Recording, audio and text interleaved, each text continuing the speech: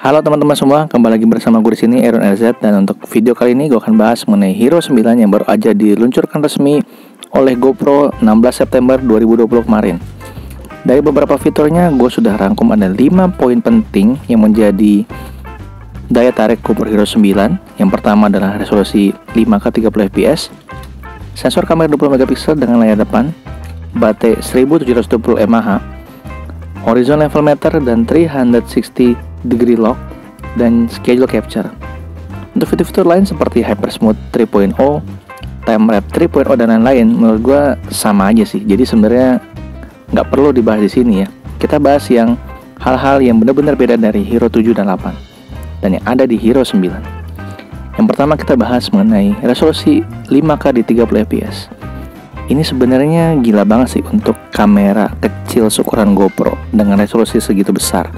Cocok buat kalian yang sering bikin film dan butuh second kamera dengan ukuran yang super handy dan kualitas Ultra HD ataupun yang sering main video di resolusi 4K. Kalau GoPro sendiri sebenarnya jarang banget sih pakai 4K, paling maksimal 1080p. Kenapa? Sebenarnya editingnya itu yang berat, bos.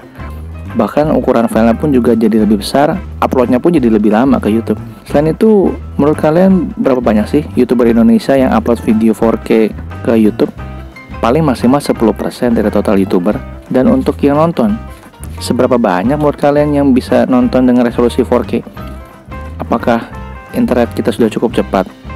Apakah kuota kalian cukup? Apakah semua handphone support 4K? Nah, gimana dong? Menurut kalian 5K itu perlu atau tidak? Yang kedua, sensor kamera 20 megapiksel dengan layar depan.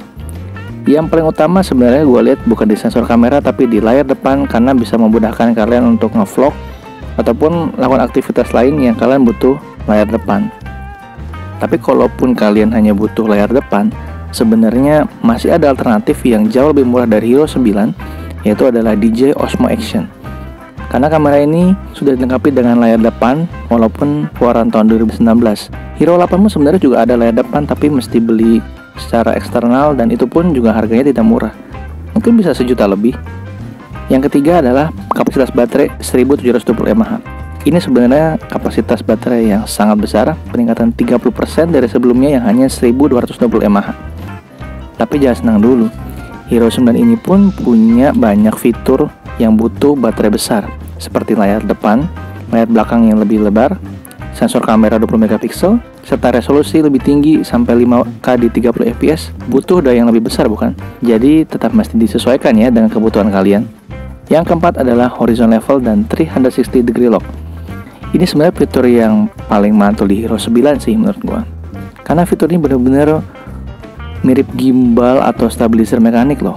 Tidak hanya sekedar stabil, tapi fitur ini, horizon level ini, memungkinkan kita untuk merekam dengan hasil yang tetap steady atau rata atau lurus walaupun posisi kamera kalian miring ataupun sempat shaky miring-miring, dengan toleransi maksimal kemiringan 45 derajat.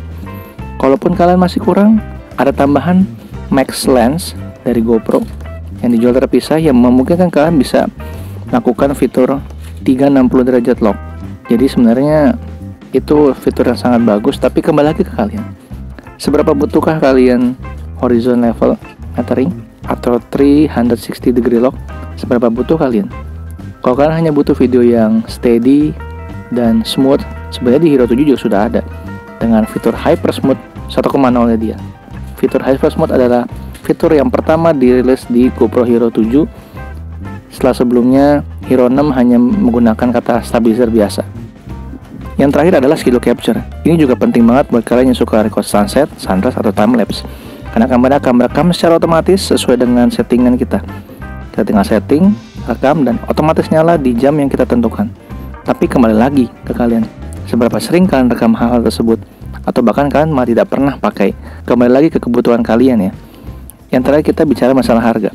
Hero 9 ini dibanderol seharga $449 atau sekitar 6,6 jutaan, yang mungkin kalau masuk Indonesia bisa sekitar 8 jutaan. Karena kalau kita lihat di Hero 7 dan 8, open price-nya dia adalah $399 atau sekitar 5,8 juta untuk kurs. Tapi masuk Indonesia bisa sampai 7 juta. Wow. Namun sayangnya harga tersebut tidak bertahan lama, karena dalam 1 tahun saja kita bisa lihat di Hero 8 Dari awal buka 7 juta, dalam tempo 1 tahun turun 2 juta jadi hanya sekitar 5 juta untuk barunya.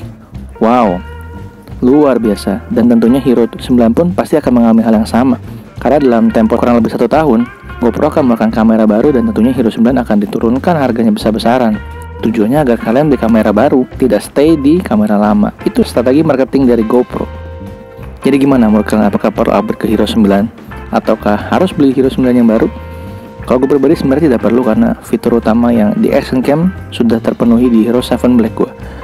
Yang pertama adalah HD resolution di maksimum 4K 60 fps, walaupun gue jarang pakai di 4K nya. Waterproof, hyper smooth stabilization, Pro Q untuk setting manual, LCD touchscreen, dan slow motion di 240 fps. Dan sayangnya pun Hero 9 ini masih menggunakan adapter mikrofon eksternal untuk kalian yang mau pakai mikrofon eksternal. Jadi sebenarnya dari 5 sampai 9 pun tetap aja kalian mesti beli adapter eksternal, sama aja dengan seri sebelumnya. Oke, itu aja untuk video kali ini. Semoga bermanfaat. Jangan lupa untuk like, comment, subscribe. Terima kasih sudah menonton dan sampai jumpa di video selanjutnya.